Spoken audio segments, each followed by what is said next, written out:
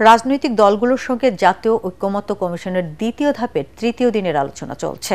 রাজধানীর foreign service একাডেমিতে এই বৈঠক চলছে।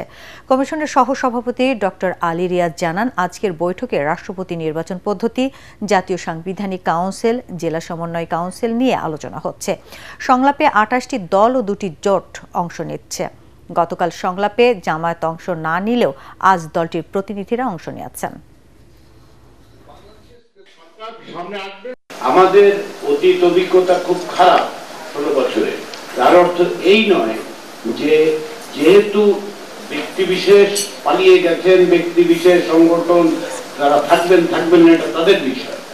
তার অর্থ এই নয় যে আমরা এটা ধরে নিচ্ছি সবাই এরকম হবে অথবা এরকম হবেই না। এনসিসির প্রস্তাব এবং অ্যাকাউন্টেবিলিটির যে প্রস্তাব, সেই প্রস্তাব যে কোনো রকম প্রতিষ্ঠানকে নজরদারিতে রাখার প্রস্তাব। এনসিসি গঠন এ কারণেই জরুরি, ৩ জন নির্বাচন কমিশনার গিয়েছে, এই ১৪, ১৮ এবং ২৪।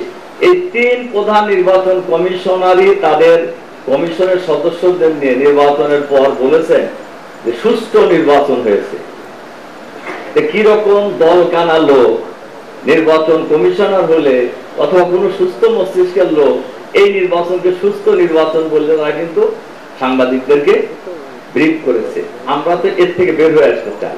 ব্যবস্থাকে আরো শক্তিশালী করতে হলে আরো অধিকতর গণতান্ত্রিক তৈরি করতে, এবং সেই জায়গা থেকে ধরুন অনেকগুলো গণতান্ত্রিক দেশের চর্চায় দেখা গেছে যে এই ধরনের সাংবিধানিক প্রতিষ্ঠানগুলো সেগুলো দলীয়করণের একটা, এমনকি যেখানে গণতান্ত্রিক চর্চা তুলনামূলকভাবে শক্তিশালী, সেখানেও সাংবিধানিক প্রতিষ্ঠানগুলো একভাবে দলীয়কৃত হয়ে পড়ছে, যার ফলে আন্দোলন হচ্ছে মানুষের মধ্যে।